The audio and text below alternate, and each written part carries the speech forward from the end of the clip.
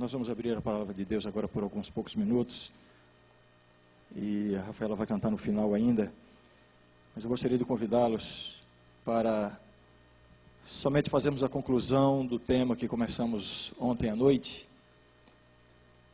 O milagre da multiplicação dos pães e peixes. Já comentamos aqui muitas coisas, né, e o comentário introdutório que talvez mais ficou gravado é o que ressalta a importância desse milagre, justamente pelo fato de esse milagre ser o único milagre de Jesus, juntamente com a sua ressurreição, a ser relatado nos 4 evangelhos. No primeiro tema, na sexta-feira, nós vimos aqui 3 aspectos da história: uma pergunta, um motivo e uma garantia. Hoje pela manhã nós destacamos aqui como as pessoas, a multidão na época de Jesus, que foi beneficiada pelo milagre, e as multidões em toda a história da humanidade, como as pessoas têm uma noção equivocada de quais são as suas reais necessidades. Muitas vezes buscamos de Deus bênçãos e milagres que satisfaçam as nossas necessidades, quando na verdade nós estamos com muita frequência equivocados em relação a quais são as nossas reais necessidades. Jesus não se permitiu ser aclamado rei, como era a intenção da multidão. Jesus não alimentou aquela iniciativa da multidão de buscá-lo porque ele operava milagres simplesmente. E Jesus encerra essa lição quando ele diz, um pouquinho adiante no texto, quando ele diz assim: eu sou o pão da vida. Quem comer desse pão jamais terá fome, quem beber dessa água jamais terá sede. Revelando o seguinte, que a real necessidade humana, a real necessidade de cada um de nós, é a necessidade de Jesus.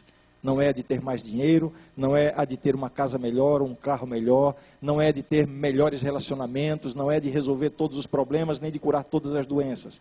Essas coisas todas fazem parte da vida, são autênticas, Deus as respeita, podemos buscá-las, mas nenhuma dessas coisas vai preencher o verdadeiro vazio que há no coração humano. Somente Jesus. E eu gostaria agora de ler apenas um trecho novamente da história e rapidamente fazer aqui uma pequena reflexão em relação à interação que houve entre os 2 discípulos e Jesus naquele momento em que ele opera o milagre da multiplicação dos pães e peixes. Uma multidão, segundo o texto, uma multidão de 5.000 homens, além de mulheres e crianças. Estima-se que essa multidão poderia chegar talvez a 10.000 pessoas, talvez a 15.000 pessoas. E Jesus opera então o milagre. Eu vou ler a partir do verso 5, capítulo 6, São João, capítulo 6, a partir do verso 5. Se você está com a sua Bíblia, acompanhe atentamente a leitura, somente para você me acompanhar depois na argumentação, para que você possa entender bem a mensagem de Deus para nós nesta tarde. A partir do verso 5 diz assim: então Jesus, erguendo os olhos e vendo grande multidão, e vendo que grande multidão vinha ter com ele, disse a Filipe: onde compraremos pães para lhes dar a comer? Mas dizia isto para o experimentar, porque ele bem sabia o que estava para fazer. Respondeu-lhe Filipe: não lhes bastariam 200 denários de pão, para receber cada um o seu pedaço. Um de seus discípulos, chamado André, irmão de Simão Pedro, informou a Jesus: está aqui um rapaz. Outras versões diz um menino que tem 5 pães de cevada e 2 peixinhos. Mas isto que é para tanta gente? Disse Jesus: fazei o povo assentar-se. Pois havia naquele lugar muita relva. Assentaram-se, pois, os homens em número de quase 5.000. Então Jesus tomou os pães e, tendo dado graças, distribuiu-os entre eles, e também igualmente os peixes, quanto queriam. E quando já estavam fartos, disse Jesus aos seus discípulos: recolhei os pedaços que sobraram, para que nada se perca. E nós temos informação de outros evangelistas que sobraram 12 cestos cheios. Um milagre grandioso, um milagre extraordinário.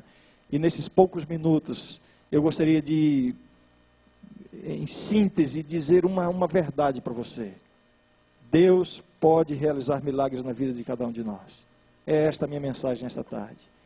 Não importam quais sejam os seus recursos ou quais sejam as suas faltas. Deus tem poder para realizar milagres.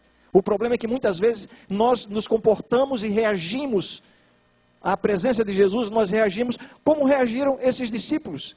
E são mencionados aqui esses dois, Filipe e André.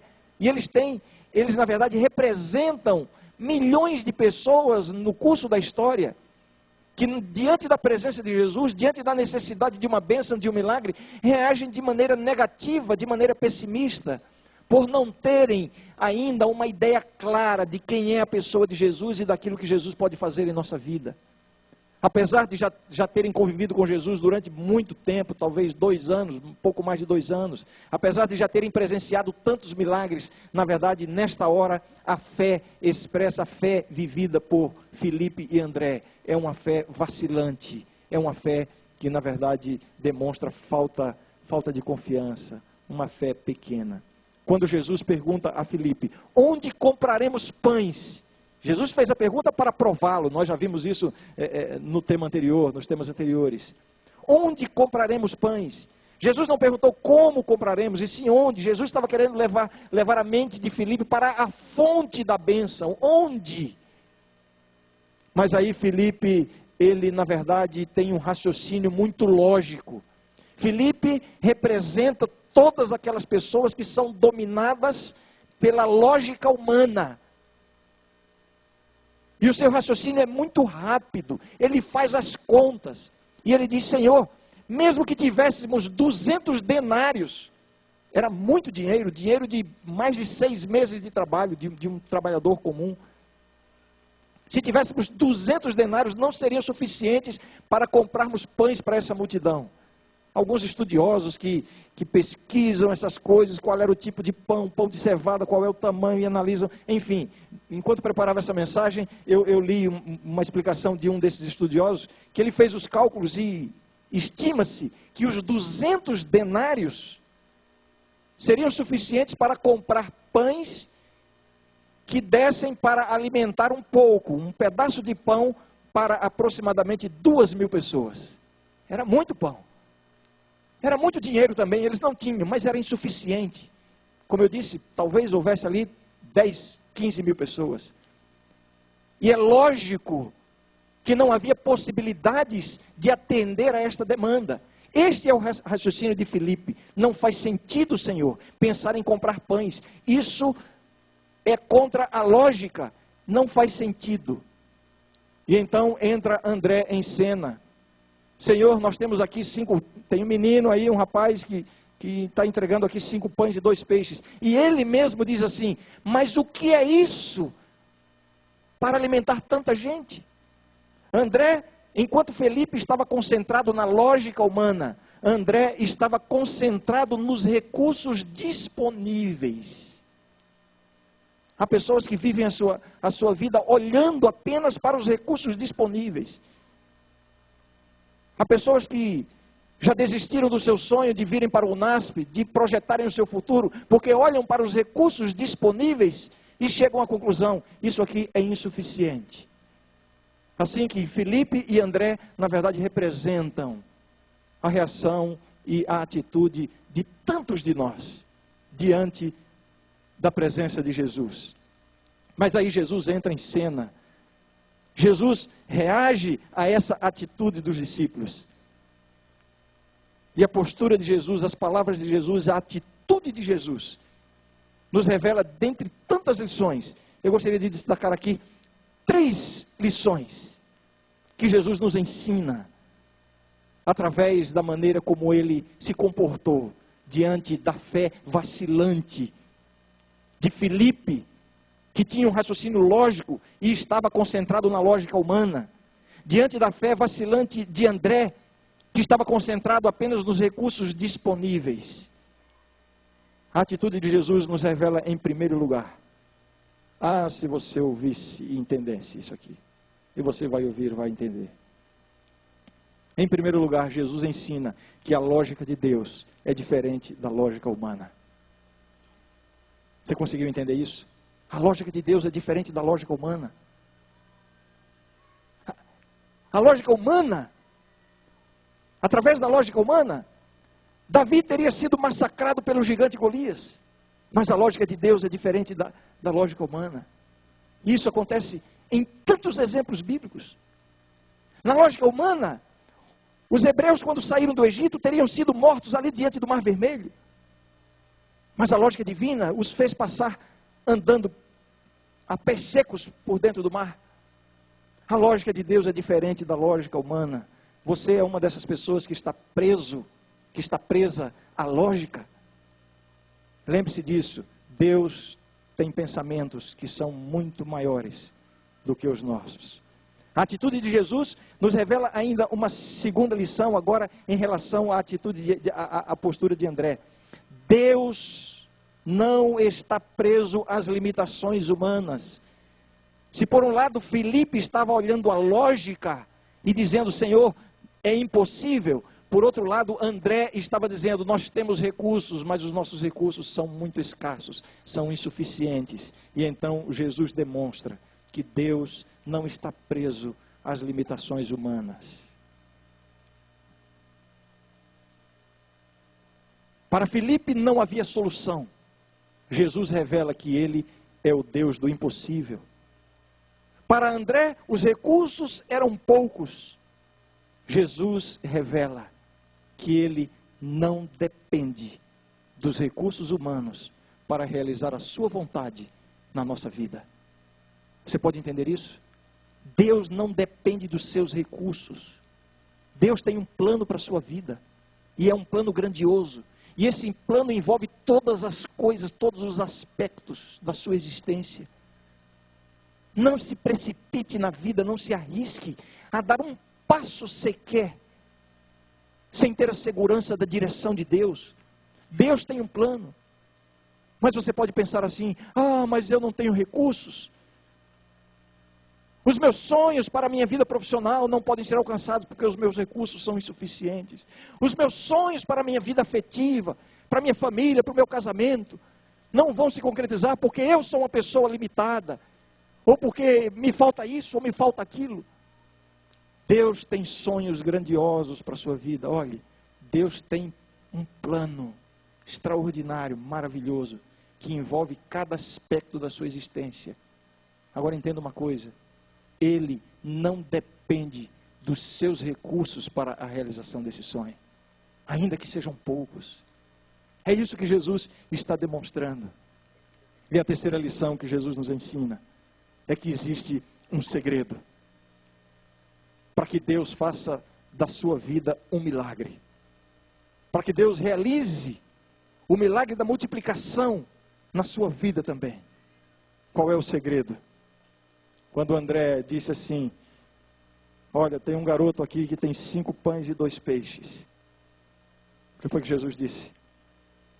Eu tenho a impressão que se fosse eu numa circunstância daquela, descontando aqui a possibilidade de fazer milagre ou não fazer milagre, eu tenho a impressão que eu diria assim, olha, deixa um peixinho e um pãozinho para o menino comer. E vamos ver o que a gente faz com a sobra. Porque não é justo pegar tudo dele. Mas não foi essa a atitude de Jesus. Jesus recebeu tudo. Era pouco. Era pouco. E aqui, meus queridos, eu acho que dá para a gente fazer um contraste entre a atitude dos discípulos de Jesus, que estavam lado a lado com Cristo, que haviam assistido, presenciado e recebido tantos milagres, aqueles que deveriam ter sido os primeiros a estimular a realização do milagre.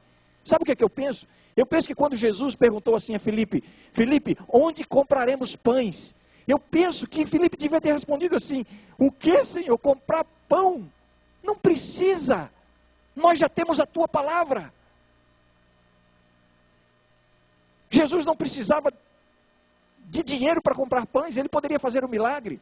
Filipe havia presenciado Jesus transformar água em vinho no seu primeiro milagre. Mas ele vacilou, André vacilou, e agora a atitude desse garoto anônimo. Muito pouco se sabe desse menino.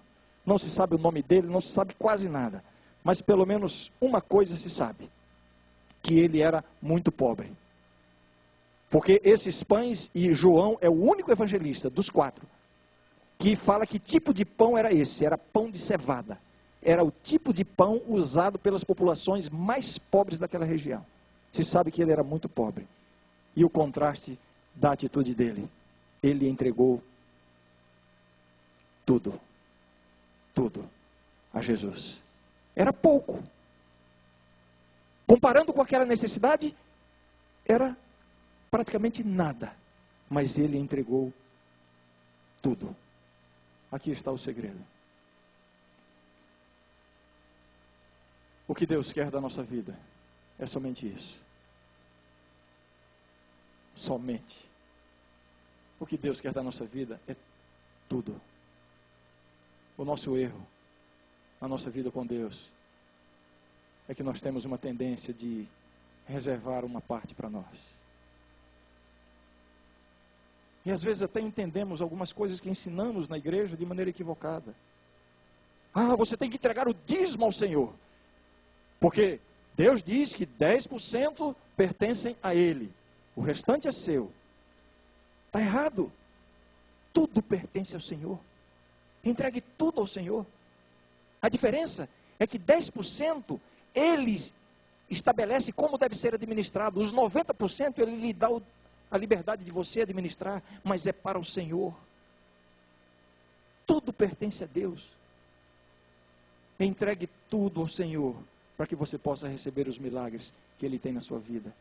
Ele tem planos maravilhosos, planos extraordinários, mas você precisa entregar tudo. Fazer uma entrega sem reserva, não é entregar tudo do que você tem, é entregar tudo do que você é. Um coração inteiro, um coração completo. Aquilo que o menino tinha era quase nada, mas ele entregou tudo. Esta é a grande lição que nós tiramos dessa história. É a grande lição. Pelo fato de ter sido tudo, embora fosse tão pouco, Jesus realizou este grandioso milagre. Através de um menino pobre, anônimo, um menino que naquele contexto não tinha nenhuma importância social, nenhum destaque. Através dessa história, através deste menino e do que ele possuía, Jesus alimentou toda aquela multidão, e não somente isso. Até hoje a humanidade está sendo alimentada espiritualmente por causa da atitude daquele menino. Eu quero terminar fazendo uma pergunta. E a pergunta é a seguinte: o que você ainda não entregou a Jesus? O que você ainda está reservando para a sua própria administração? Sabe, tem gente que pensa assim: ah, eu tenho que dedicar um dia por semana para estar em comunhão com Deus. E você faz isso e acha que está sendo fiel a Deus. Deus não quer um dia por semana. Deus quer a semana toda, Deus quer a sua vida toda. Servir a Deus em cada momento. Ah, eu quero ter uma profissão que me dê condições de poder ajudar financeiramente a igreja. Deus não quer isso apenas. Deus quer que você tenha condições de viver plenamente pelo Evangelho. Não estou dizendo que todo mundo aqui tem que ser missionário, que todo mundo aqui tem que estudar teologia. Não, eu estou dizendo que a sua vida precisa estar nas mãos de Deus. E quando a sua vida estiver plenamente nas mãos de Deus, através de você, Ele vai abençoar multidões. E você não faz noção daquilo que Deus pode fazer através da sua vida. Olha, até para você, que se sente uma pessoa sem recursos, que se sente uma pessoa sem talentos, se você entregar tudo a Deus, Ele vai fazer milagres na sua vida. Bem, eu vou chamar a Rafaela para cantar a última canção dessa programação, desse final de semana. E eu queria fazer aqui um apelo. Eu queria fazer um convite a você. Será que tem alguém aqui nesta tarde que sente que ainda falta alguma coisa na sua vida, no seu coração, que não está plenamente nas mãos de Deus? Olha aqui para mim. Existe ainda um projeto de vida que você não entregou para que Deus administre? Existe ainda um negócio, existe ainda um relacionamento que você não quer que Jesus, no qual você não quer que Jesus se intrometa?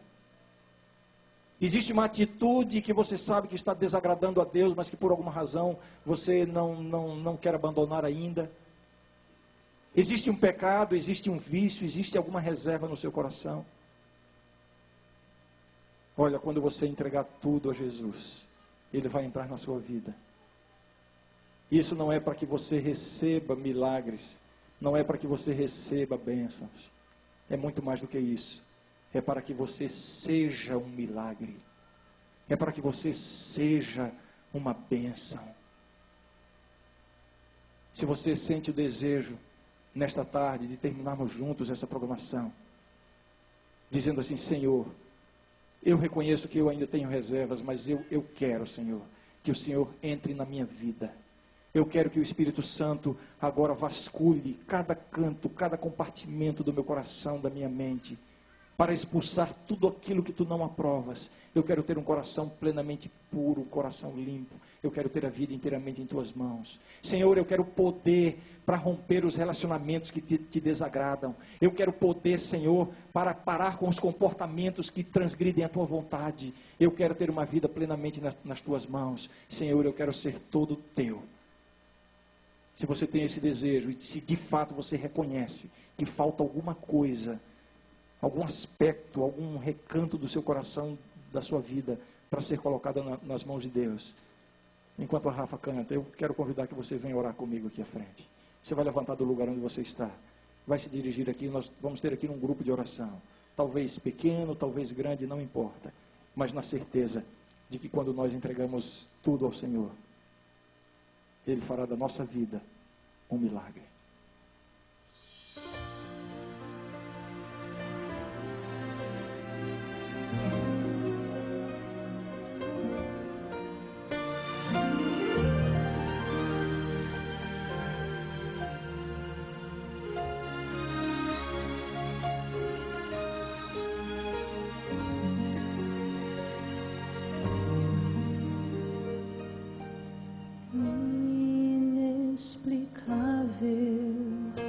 Vontade de chorar, vontade de sentir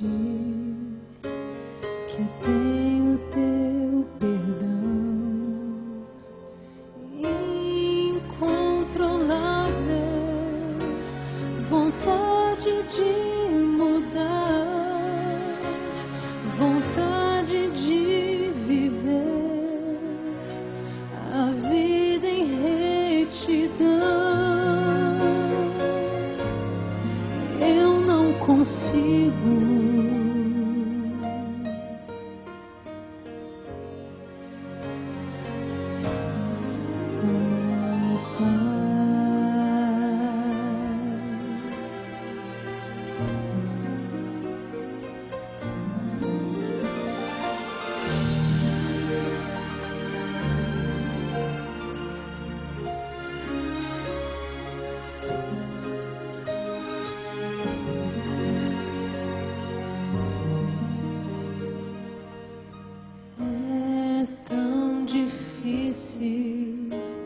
ter tempo pra cumprir o que te prometi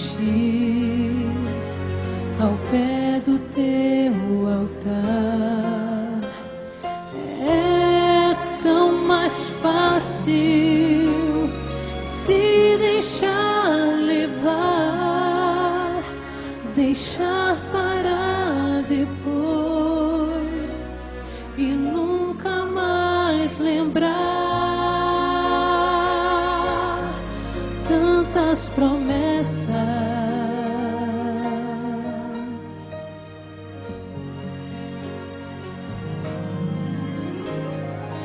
Vem me dar força, segura minha mão, me ajuda a caminhar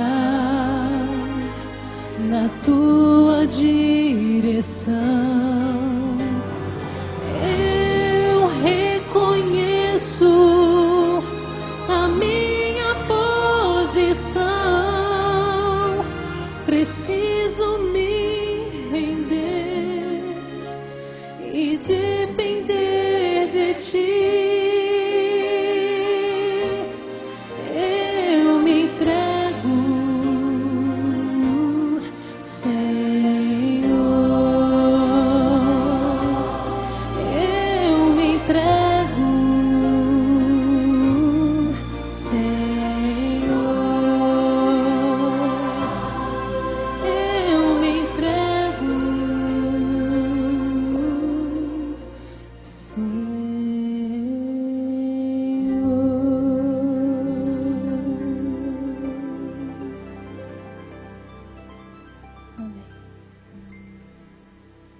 Querido Deus, te agradecemos, Senhor, pela manifestação do teu poder em nosso meio. Te agradecemos por tua palavra, que nos alimentou durante este final de semana. Agradecemos porque nos dás a segurança do teu amor e da salvação em Cristo. Ajuda-nos, Senhor, a entregarmos a nossa vida completa a Ti. Aqui estão essas pessoas reconhecendo que precisam depor no Teu altar alguma coisa. Um sentimento, um relacionamento, um comportamento, uma atitude, alguma coisa que ainda está em reserva. Concede, Senhor, a cada uma dessas pessoas o Teu poder. Derrama o Teu Espírito, para que já saímos daqui neste momento na certeza de que a nossa vida já começa a ser um milagre ainda mais grandioso do que tem sido até aqui. Dá-nos a Tua bênção, dá-nos a Tua presença, aceita-nos com o Teu amor, a Tua graça e o Teu perdão. É o que nós oramos humildemente em nome de Jesus. Amém, Senhor. Amém.